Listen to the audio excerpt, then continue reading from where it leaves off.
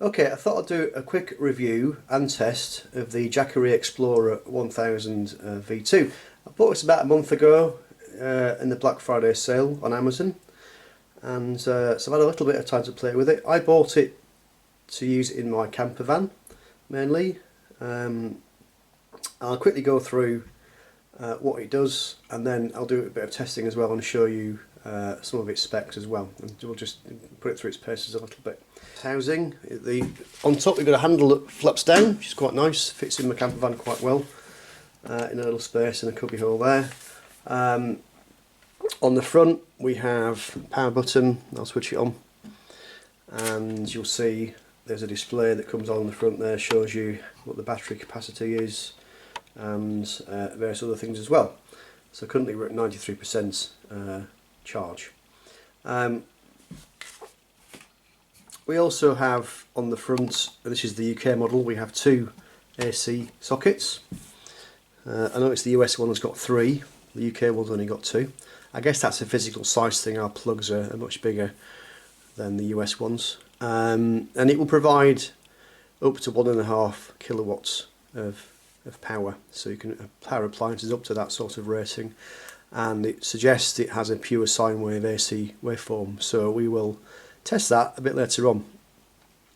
It's also got three USB outputs, so I'll zoom in and quickly show you those.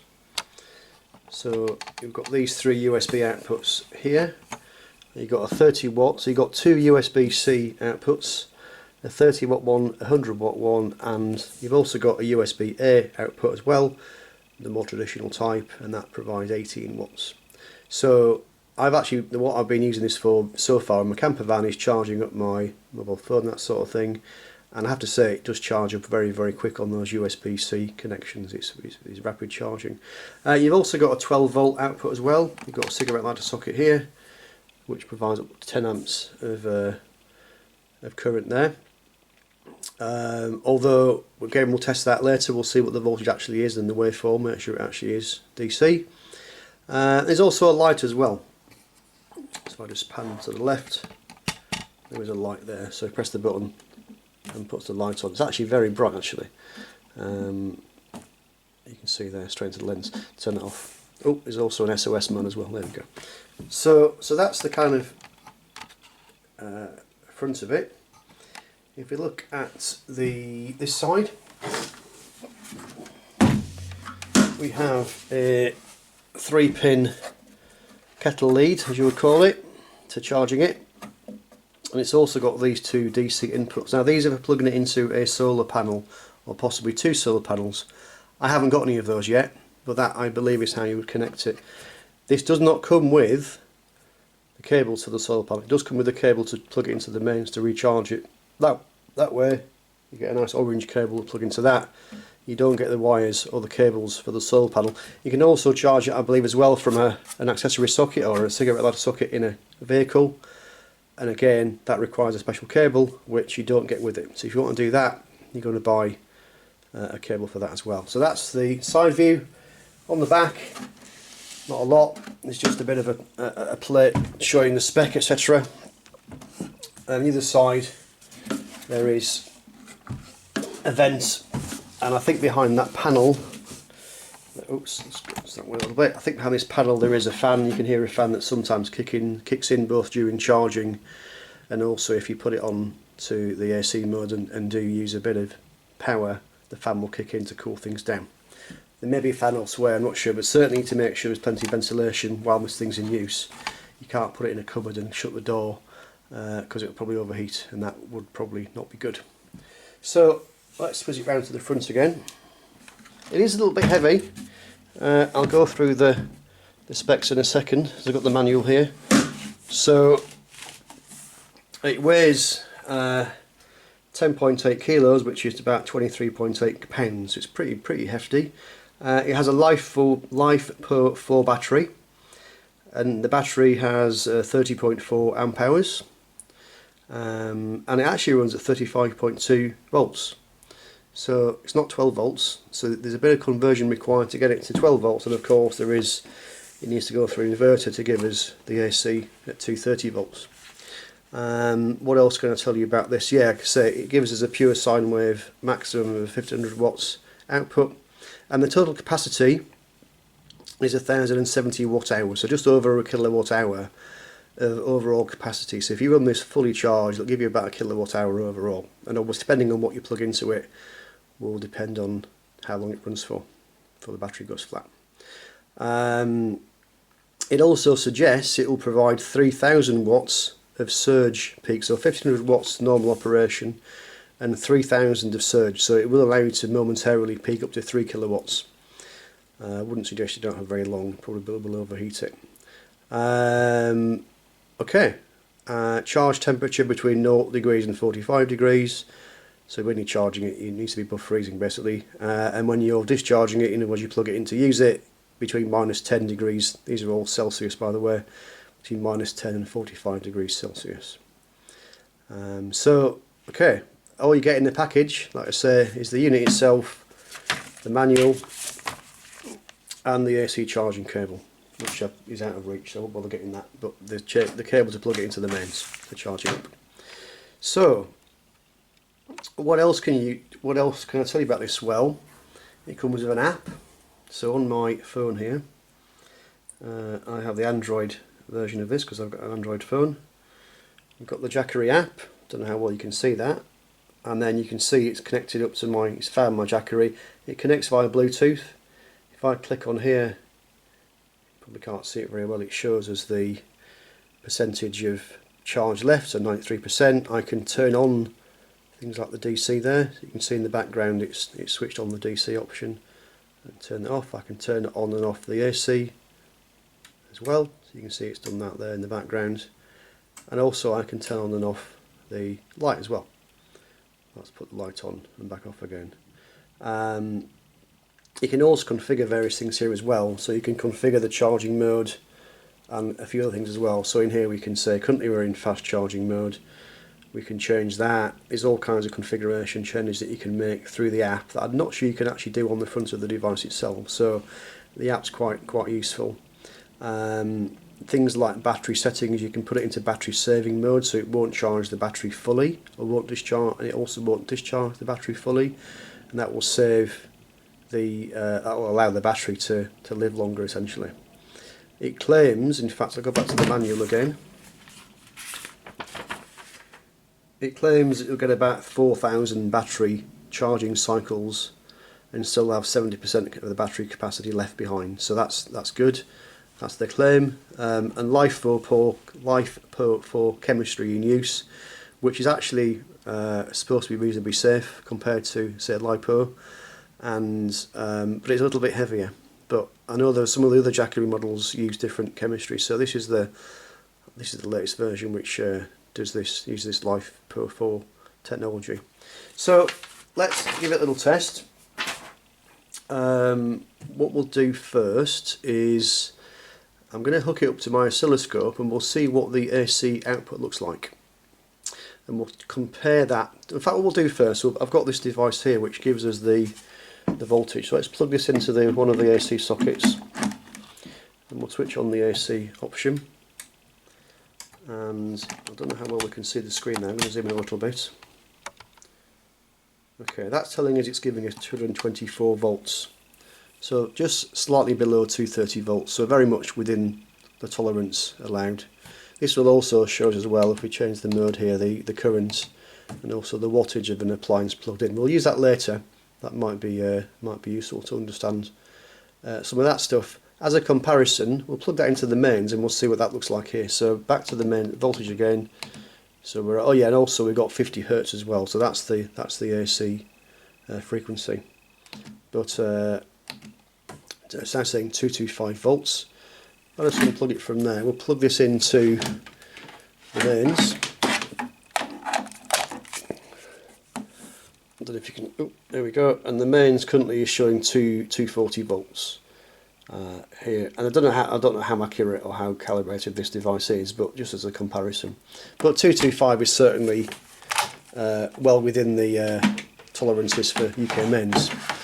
Okay, what I'll do now is I'll set things up to look at the waveform and we'll see how that looks in the AC mode. So I'll be back shortly. So what I've done is I have connected the output from the Jackery, which is this plug here. I plugged that into a transformer to reduce the voltage down to something that the oscilloscope can read. And as we can see there, we have, just reset the vertical scale there, as we can see we have a nice sine wave. So with no loads or very little load, I do have a 12 volts car bulb connected to the transformer as well, just to give it a little bit of load. We can see we've got a nice sine wave. We can look at some of the numbers as well. So if I switch on the measurements, so if I zoom in a little bit as well, so this is confirming that we do have 50 Hertz AC frequency, so that's good. And I'm not too worried about the voltage because that's obviously being converted by the transformer. But essentially, we can see there that we do have some a nice clean sine wave. I can zoom in a bit, and that does look like a pretty good sine wave to me. There's no spikes or that sort of thing. Right, what we'll do now is we'll give the Jackery some work to do and see if that makes a difference to those numbers. So let me turn back on the numbers again. Oh well, in fact, it's worth actually looking here at the voltage. So it's saying we've got 11 volts RMS. So we'll keep an eye on that and we'll see if that changes when we plug some more load into the Jackery. So if I just swing to the left, zoom out a little bit, what I've got here is an air fryer, and the air fryer is rated at 1400 watts. So the Jackery should be able to handle that with its 1500 watts inverter. So I've plugged that in, and I'm now going to switch it on. So when I switch it on, let me just switch on the display back on the Jackery. So right now, with the air fryer not running, it's suggesting that we've got 26, 27 watts of output, just providing the power to that light bulb. And it gives you also quite nicely, it gives you as well a view on how many hours it will work at. So it's saying that we got, if you leave it as the current power draw, this will run for 25 hours before the battery goes flat in its current state. So that's quite useful. So let's switch on the let's switch on this air fryer and we'll see what difference that makes. So we'll switch it on. Okay, that's now running, probably hear it in the background, and now you can see the output's gone up to 1384 watts. It's around about there. It's telling us it'll run for about 0.7 hours with the current battery life. But more important, let's go and see what happened to the reading on the oscilloscope. So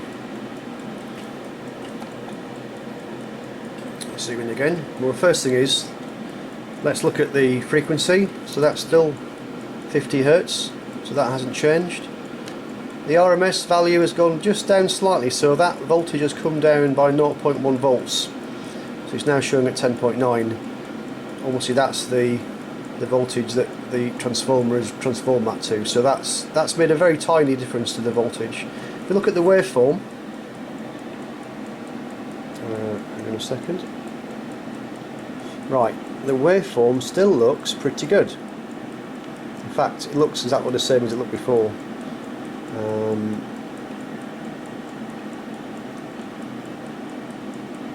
Yeah, again, there's no horrible spikes or nothing unusual there. The waveform looks to be spot on. So I have to say, that's actually pretty good. So Jackery, full marks there for the inverter that's inside the device.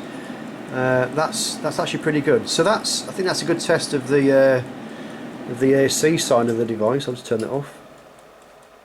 Obviously that's now gone back to flat. Let me zoom out again. Okay, we'll unplug this stuff now and we'll try a test now on the DC side. Multimeter, it's set to the 20 volt range, and what I've done is I've connected that to a cigarette lighter or accessory socket or plug, which we can plug into the Jackery and do some measurements. So let's plug it in. The DC USB functionality currently switched off. Let's just plug her in.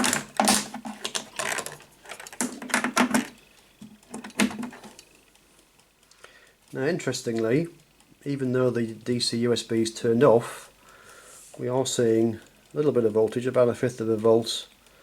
It seems to be going down, so there may be something going on there, maybe the capacitor's got some charge or something. We are seeing a little bit of voltage there, but that's with it turned off. If I now switch on the DC, let's see what the voltage is. So this is showing us 13.3 volts, approximately 13.31 volts on this multimeter. And again, I don't know how accurate this multimeter is, but that's about 13 or so volts. So that looks like it's we've got a backlight up, I'm easy to see. So that's okay. I mean, typically in a car you would get anywhere between sort of 12 and 15 volts, I would suggest. So if if you've got an appliance you're going to plug into that sort of socket that would normally go into a car accessory socket, then I would imagine that will be absolutely fine. You're not going to expect precisely 12 volts. What might be also interesting is, let's see what that looks like on the oscilloscope, see how pure that DC, because as we know the battery in here is not 12 volts, it's what did the manual say? The battery is actually running at 30.4, sorry, no, 35.2 volts. So there's a little bit of conversion going on. So we'll see, let's see how well that works. Let me go and plug in my probes from the oscilloscope, and let's see how that looks. So let's just quickly do that. Okay, so what I've done now is I connected up the Jackery, this DC output, this accessory socket, to the oscilloscope, and after quite a bit of messing around with the settings, we're now seeing what I was expecting. So we can see we've got about 13 volts. Let me zoom in a little bit, which is what the multimeter was telling us. Yeah, about 13 volts output. Although we can see there's a little bit of ripple on the DC. It's not a perfectly smooth line. If we zoom in a little bit,